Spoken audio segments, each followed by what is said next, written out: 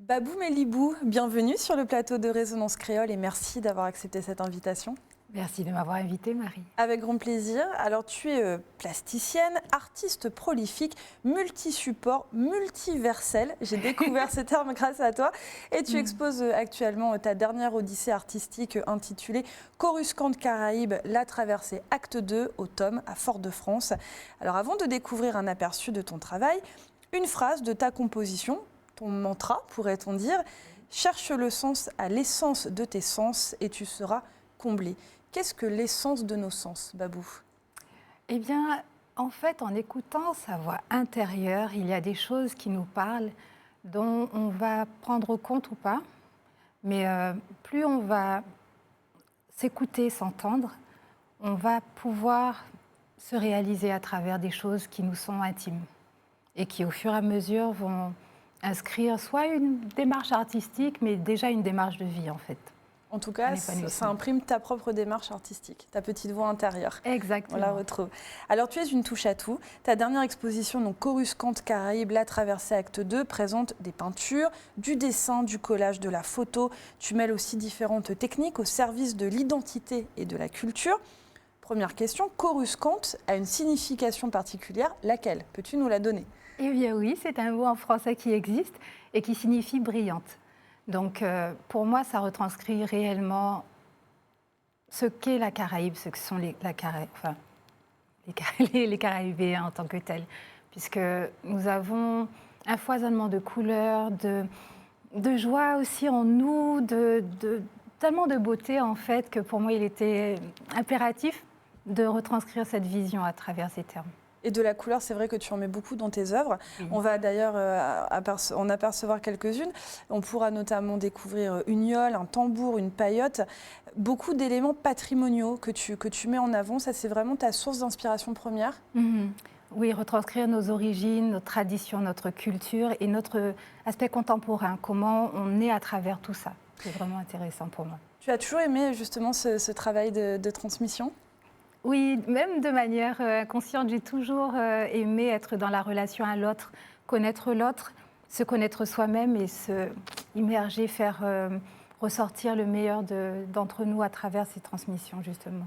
Une éloge de tes racines, mais tu l'as sous-entendu quand même avec une petite touche de contemporain. Donc elle s'exprime comment cette touche de contemporain?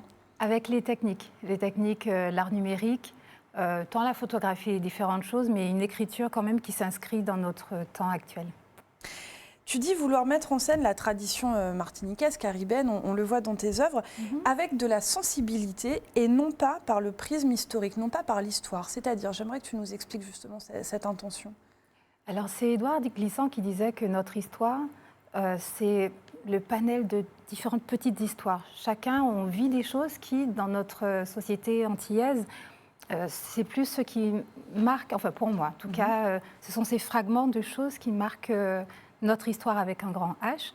Et donc l'aspect contemporain, pour moi aussi, la mémoire collective s'inscrit chaque jour. On l'inscrit dans ce que nous sommes, comment nous vivons, ce qui nous a construits en fait. Tant par l'esclavage qui nous a emmenés ici, par ces empreintes amérindiennes, par...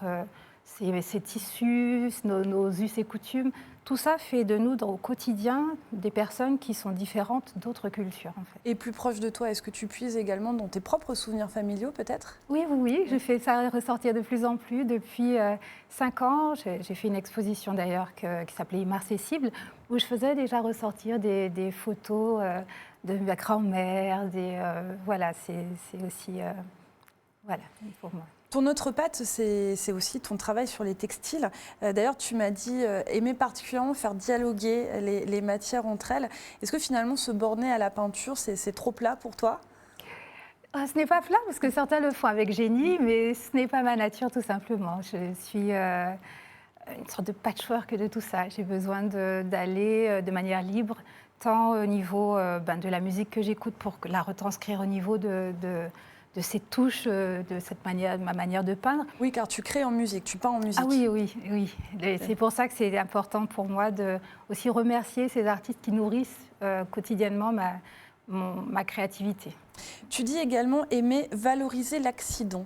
C'est-à-dire, est-ce que quand tu commences une toile, un collage, une création, tu ne sais pas où tu vas et finalement tu laisses vraiment l'inspiration guider tes gestes?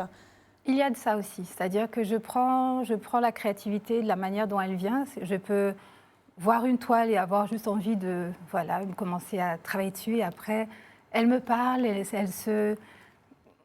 se dénude, comme je dis, c'est pas forcément moi qui crée, qui découvre l'œuvre, c'est l'œuvre qui me permet de me découvrir moi, parce que c'est à travers ces techniques, ces textures que je vais apprendre, je vais voir et je ne vais pas chercher à imposer, en fait. Voilà, c'est surtout ça. Tu es une artiste autodidacte. Qu'est-ce qui t'a amené à l'art?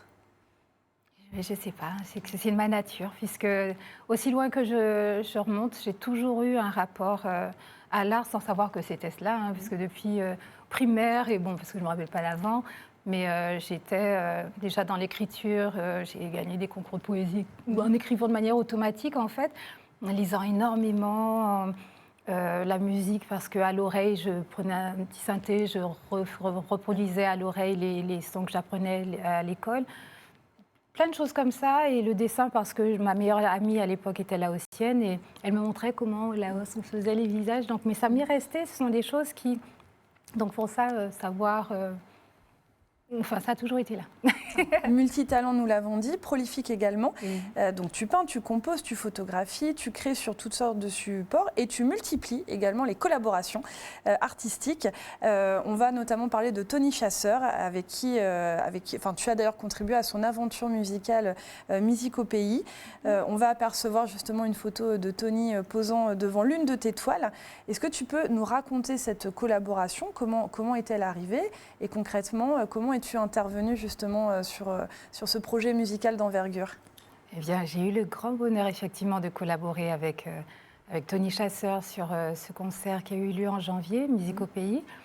Il m'a appelé pour la scénographie et comme ce sont des éléments sur lesquels je réfléchissais déjà sur cette retranscription de qui nous sommes, et il y a un titre justement qui nourrissait beaucoup déjà ma démarche, c'est le Mounici, œuvre de Thierry Fanfan avec lui. Et j'ai travaillé justement, alors déjà auparavant avec Joko pour l'éloge, l'hommage à Malavoie, oui, dans l'autre Malavoie. Le concert L'autre Donc j'avais Malavoie, déjà, puisque j'étais déjà dans un travail de contemplation, je travaillais déjà des expérimentations à travers cette thématique.